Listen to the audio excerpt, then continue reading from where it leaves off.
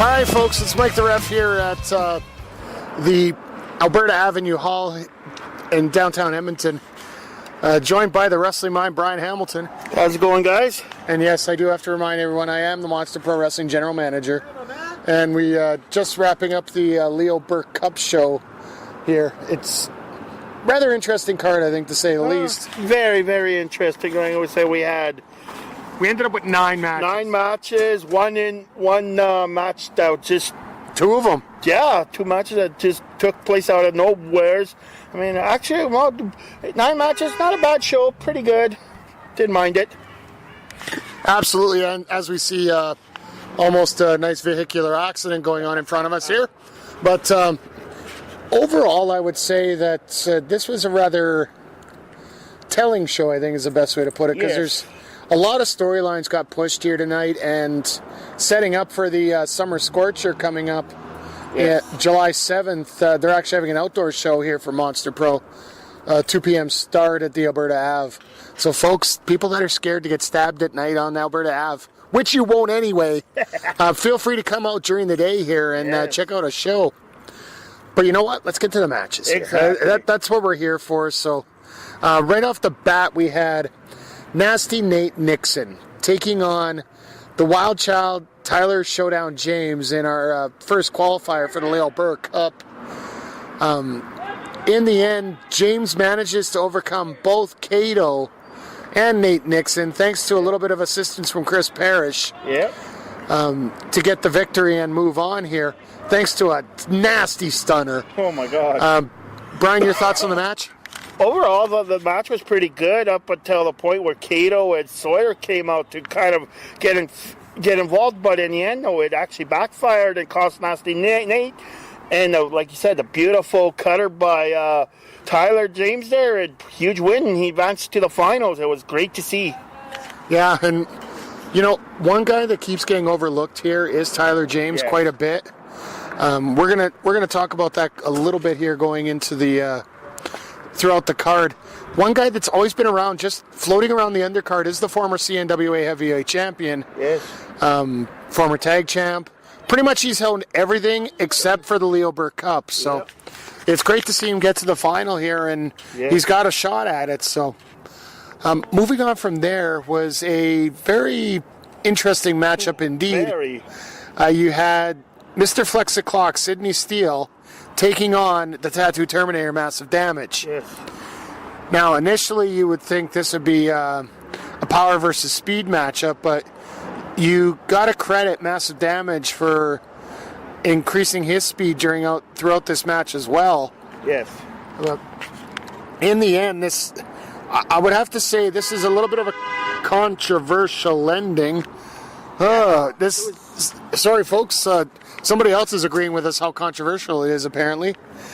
You had Sidney Steele go for basically a reverse pinfall, sort of like half Nelson flipped over. And he ends up getting the 1-2-3, but referee Kevin whether he didn't see it or he didn't believe it, he ended up, Massive's shoulders ended up getting pinned for the 1-2-3, and moving on was Tyler James. Like, I'll be honest, this match, I was calling it, and unfortunately I got a bad view of it. Yeah. But the referee made his call a 3, but it wasn't very clear, wasn't very concise. That one I'm going to have to eat on the referee here. But Brian, your thoughts? Overall, the match was pretty good up until that one point, and then when Steele pinned Massive, I where I was sitting, I couldn't really... It came out of nowhere, too. It was a weird thing, and nobody knew what happened, because all of a sudden it was dead silence for a bit until the referees just Steele's hand, and it was like, oh wow, it's over. Yeah, it really did come out of nowhere here, and we were all pretty much aghast about it. But moving on in what I would have to consider, I guess I can't really consider it an upset, considering Sidney Steele is the defending PPW Leo Burke Cup champion. Yeah. But Sidney Steele defeats Massive Damage and moves on. Unbelievable. Now, from there, I thought, with getting rid of KJ Cash and Crazy Core gone from MPW as well, I thought this would be a one-on-one matchup here. Yes. You had the Cheetah Bear Jude Dawkins taking on Dynamic Dean Richter in our third qualifier. Now, this was a very good match between these two. They've fought ever since November 2017 was their first matchup down in CWC, down in Sylvan Lake. Yes. But tonight, you saw that Richter pulled out his rolling elbow right at a perfect time when the Cheetah Bear was caught up in the ring apron. When he tried to do a baseball slide, Richter pulled up the apron, slid it over, trapped the Cheetah Bear, and hit him with his finisher. Oh, my God. Now, that didn't finish him off, but it definitely did put him on loopy lane. Big time. But then all of a sudden, you got going back and forth here, and all of a sudden, the Cheetah Bear gets the chance for the advantage, and out of nowhere, Blake Cannon, a man that is not signed to MPW. I have not signed him yet. It's the fact he had a low blow against Rich King in his proving ground match. I didn't want somebody in my territory that is going to have do those kind of tactics if I can help it. But he comes out and distracts the Cheetah Bear long enough for Richter to hit his rolling elbow once again to the back of the head, knocking him out, and knocking Jude Dawkins out of the Leo Burke Cup. Oh, big time. Brian, your thoughts? Oh, this match was really good up until you said the point where Richter had some help. Like you said, that nasty blow to the back of the head and knocked him out, and it cost him the match. And, well, Dean Richter, he advanced to the final, and I would maybe call it an upset. I don't really know, but, I mean, these two, like you said, these two have been battling all year since November or whatever. It's been crazy. Well, Richter hasn't had exactly any positive throughs when it comes to tournaments. Yeah. But this time he manages to make it to the final, which, kudos to him. He is a great athlete and he deserves it. So, Yes. So from there we go to our last qualifier, and to me this was a dream match. Oh, yeah. Steve Rivers, Chris Parrish, one half of the tag champs versus the defending one half of the tag champs plus the defending Leo Burke Cup champ, versus the provincial champion, who is the former Leo Burke Cup champion. Yes. Now, this match, I would like to bar everybody from ringside and have, I would love to see a 60-minute time limit draw off these guys, because I know they could pull it off, and they'd pull it off well. But in the end, you had Nasty Nate show up again, grabbing the provincial title, knocking Parrish out, and then it was just elementary for Rivers to put in that Rivers End crossface and get the three tap submission by the referee. So Rivers moves on, and Parrish is out thanks to Nasty Nate. Your thoughts, Brian? Oh, this was a great matchup until Nasty Nate came out, took the belt from the announcer's the timekeeper's table, and literally smoked Chris Parrish and knocked him completely out, allowing Rivers to put on the crossface and basically get an easy win. He knocked out. There's no way he's going anywheres, and Rivers advanced to the finals again. Yeah, absolutely, and so. You knew you were going to get a defending champion in the final, so whether it be from 2 years ago or last year. So let's set it up here before we get to it. We got Tyler James and Sydney Steele, the Shark Club, taking, in a fatal four-way match with two guys that teamed up at MPW One Night Only, Dean Richter and Steve Rivers. So this could be a very interesting setup here. Very. But then from there, we had some... that is a very good point here, Brian. I have been interrupted by the Wrestling Mind here with a book. Sorry about the little delay there. Before we get to those other matches, I brought in the Irishman into the ring, and he announced to everybody that due to the attack by Dean Richter and Sean Martins and Red Deer, along with the constant attacks by everybody on the roster over the last few months, the hellacious matches that he's been in. The Irishman is out approximately 6 to 9 months due to a shoulder injury. Yes. Reconstructive surgery completely. Brian, you want to say anything about it before we talk about the attack was vicious. We wish Irishman all the best. He's one of the favorites here in MPW, and he's going to be missed for the 6 to 9 months he's out. And God, when he comes back, I think this crowd is just going to go crazy for him, because he is one of the guys that's been here since pretty much day one. He's a fan favorite, and without the Irishman, I don't know. This is his show, and well, good luck. Good luck to you, Irishman. Get well soon, because we need you back. Well, I am pleased to announce that he is going to be my color guy for MPW Madness at this time. I've always taken the philosophy of my show being two guys drinking a beer, watching wrestling. Who better to be an expert in drinking beer than the Irishman? Exactly. But the other reason we had him in the ring, we had our newest inductee into the League of Legends. It was a bit of a surprise. Good for you. As we have some nice background discussions here. Sorry, some very loud people talking here. We had an induction into the League of Legends, and that was the recently lost a Loser Leaves Town match to the Irishman. One of his best friends in the business, Crazy Core.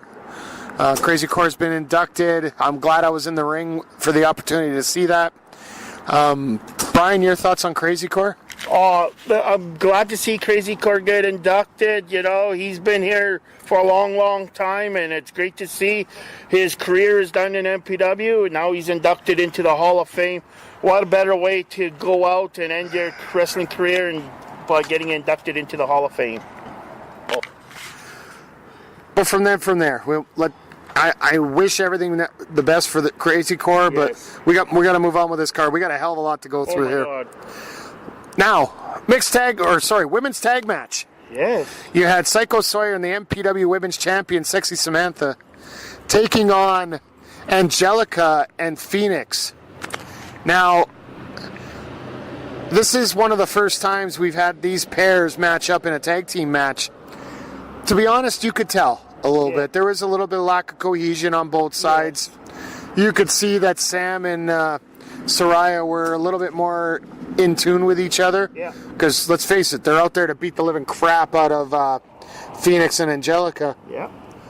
But in the end, you had Phoenix come in and she's gotten that crucifix into a sunset flip that nobody's been able to get out of it, and got the 1, 2, 3, and Phoenix and Angelica ended up winning that match. And before I get to my first of four little bit during the match here, Brian, what did you think of the match? Like I know that we looked at it, and if we had to look at it, completely on the cuff here, it was a little bowling shoe ugly at times, but at the same time, these girls put in the effort. They did. But it was a rather, I think, balanced match is the way you put it. Yeah, overall, I thought it was a great match. Like you said, you got Sexy Sam. She's been around, well, as far as I can remember, since I've been watching her since 2005. And then you had Sawyer. She's only been around for a year or more. And then, well, Angelica, same thing, about a year. And then the rookie Phoenix. But you know what? Phoenix, every time we see her, she's getting more and more impressive. And she's undefeated. And like you said, picked up a huge win on Sam, which, well, then you made a huge announcement for the next show, which is, well, Sam did not like that. Yeah. Sam, by the way, if you're listening to this podcast, you are still number 11 in my books. So. Yes. Next show, July 7th, the Summer Scorchers show for MPW. You're going to have a women's title match between Sexy Sam and Phoenix.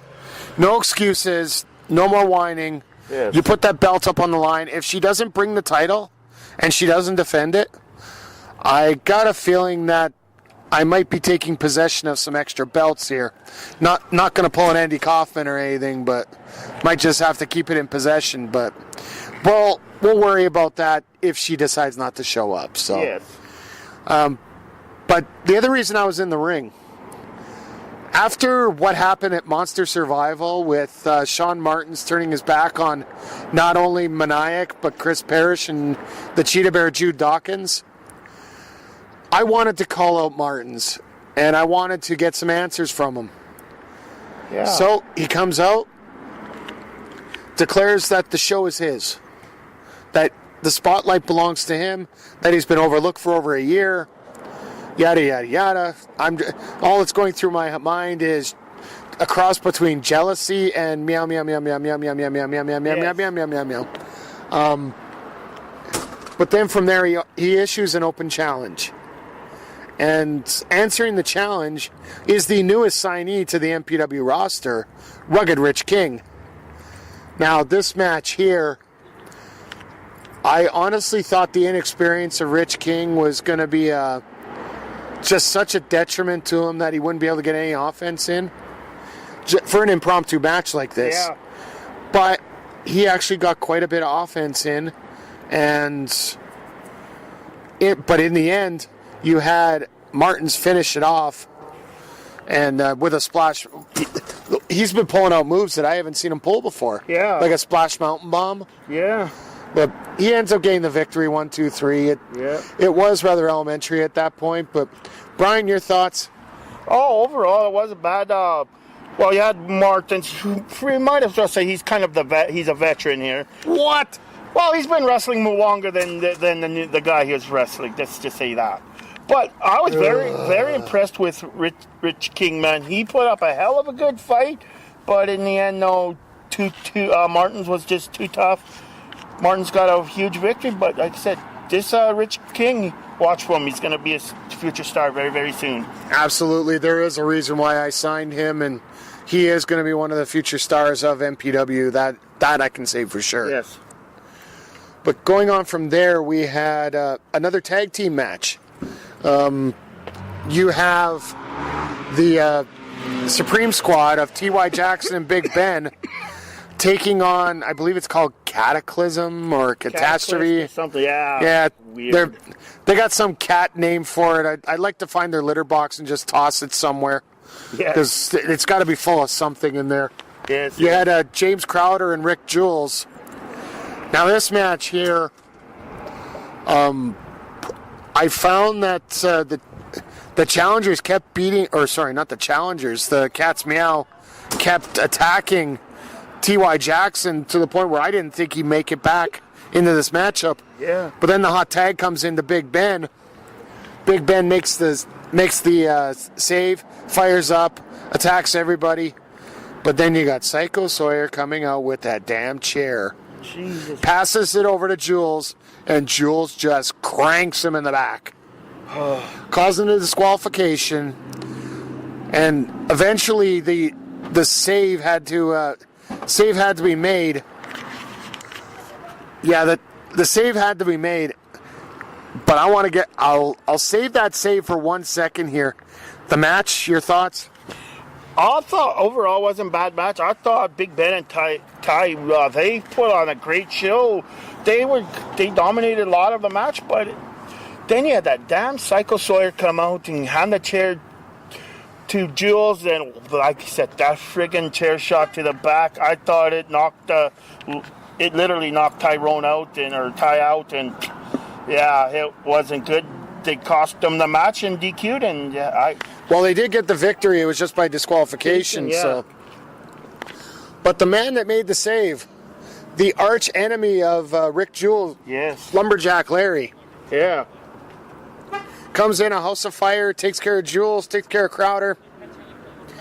Eventually, the game turns into 2-on-1, and Lumberjack Larry gets caught. yeah. And they hit that combination DDT code breaker is the best way to put it. After a low blow. Yeah. Oh, I forgot the low blows in there too.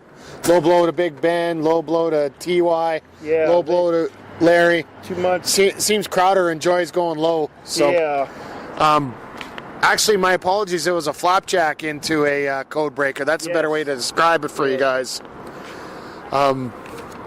But you know what? This is far from over. Yes, but I did announce immediately following the match that I'm going to have both those teams in with the tag team champions, triple threat rules. And once again, if the tag champs do not show up, some dire consequences will happen there. So we're going to have to find some way to get we're going to have to do something about this tag division to get it sorted out a little better here. But yes. I want something clear going into that tag tournament, but we'll see. I think we need to have at least 2 referees out for all tag team matches. There's too much interference going on. I mean, 1 referee cannot control 4 guys. Simple as that. No, absolutely. But as I was about to go for break, all of a sudden, out of the blue, bit of a tease tonight. Out of the blue, we got the Asian Adonis Kato coming out, which he was not scheduled for a match tonight. I was tired of dealing with the cat's meow tonight. But unfortunately, Kato, by winning the Ripper Royal in November, gets a Ripper Factor, which gives him a guaranteed title shot against anyone he wants. And he called out Maniac right there. Yeah. So unfortunately, well, Maniac was in gear at least, so I'm glad that was the case. Because that could have looked really ugly, but I'd have to say, for an impromptu match, fuck with this is good. Pardon my French, but this was good. I love that you banned the cat's meow from ringside. That's the first rule I had. I did not want the cats interfering in this matchup, but yet it still ends up with a little bit of screw up there. So fuck Sean Martins. I'm coming for him.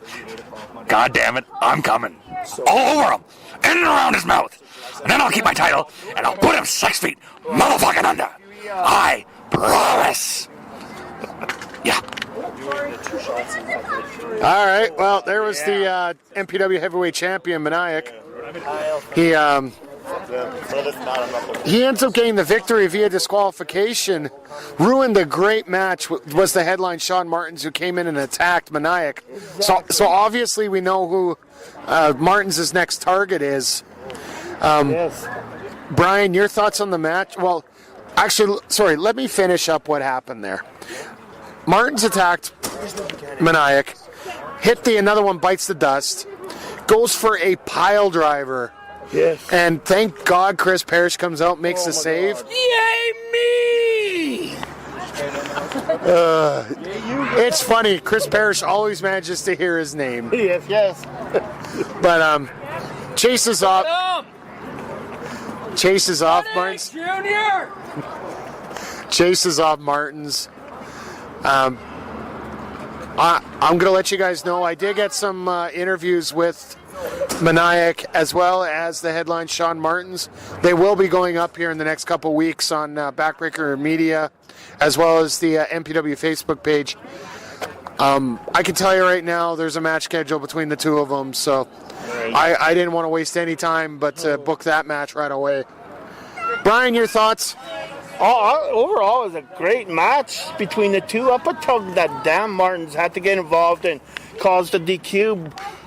I mean, you could tell Martins does not like to struggle. He went after Maniac.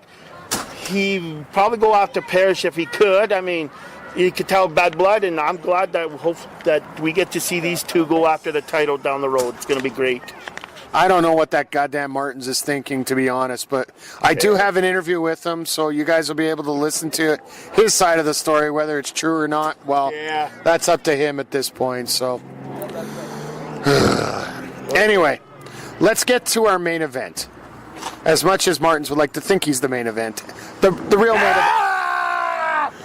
You should have known me better. I'm going to kill him anyway.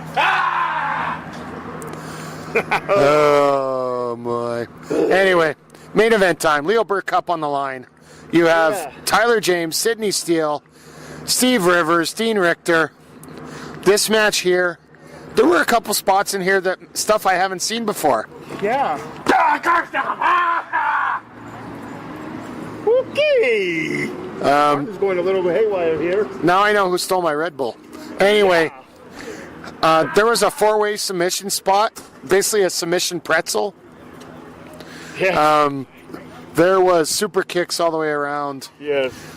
There were stunners all the way around. There was a whole lot of everything going everywhere here, folks. Yes. Basically, the way it broke down is Tyler James and Sidney Steele teamed up, the former tag champs, and got their super kick in the German suplex in a couple times. Well, they got it first time on Richter. Yep. Then they tried to do it on Rivers. Rivers ducked and hit, James hit Steele.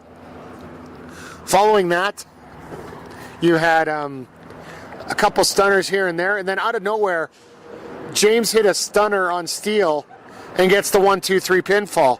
Yeah. As this was under sudden death rules here, so, and your winner of the 2018 Leo Burke Cup is the Wild Child, Tyler Showdown James. Yes. Brian, your thoughts? Oh, overall, though, it was a great match. All the stuff that was going on, and then Tyler out of nowhere, he got the cutter and pinned Steele and picked up a huge win. And now he got the Leo Burke Cup that he's been so long deserving, and now I think he's won everything here in MPW. So it's great to see him. Well, now he's got 2 different title shots. One anytime he wants. Yeah. Plus, he's also entered into Blitzkrieg along with Nasty Nate Nixon. So. Right. Those 2 get to renew hostilities in December here. So, yes. But now it's time for our highlights of the night, and I'm going to go first here. I'm going to go with the induction of Crazy Core into the League of Legends, the MPW version of the Hall of Fame. Somebody who is well deserving of this award. I really think that everything that he's done for MPW behind the scenes, if you guys have seen that, you'd be really amazed of it. Yeah, Crazy Core, well deserving of the award, and I really do hope that he finds a way to get back here, because Irishman does have control of his future, so it's up to him when he comes back. So, Brian, your highlight of the night? I'm going with the Leo Burke Cup final. I mean, this was a great 4-way between these guys, and like I said, in the end, Tyler James, he picked up the huge win. He got his Leo Burke Cup that he's so longly been deserving, and it's great to see. And now, like you said, Tyler, he's got 2 title shots in his back pocket. It's great to see. I can't wait to see what's up for Tyler now.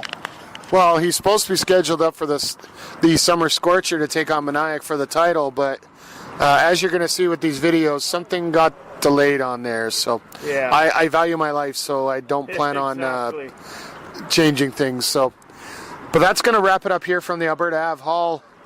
I want to thank the Wrestling Mind Brian Hamilton for joining me. Always a pleasure.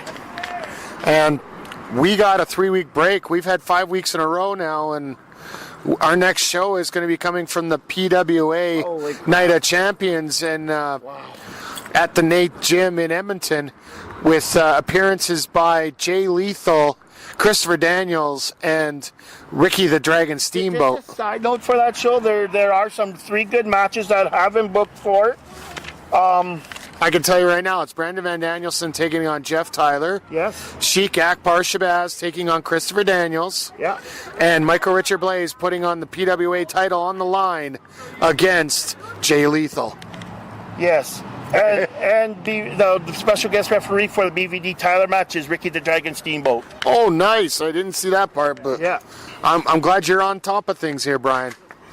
But that's going to wrap it up here, folks. Make sure you check out the Leo Burke Cup on Backbreaker Media Video on Demand. Probably should be out by the end of the month. I'm going to try and get some DVDs put together as well. But in the meantime and in between time, just remember, folks, if you're going to make a good call, make a quick call. And this has been Quick Calls covering the Leo Burke Cup from the Alberta Avenue Arena with Monster Pro Wrestling here on Backbreaker Media.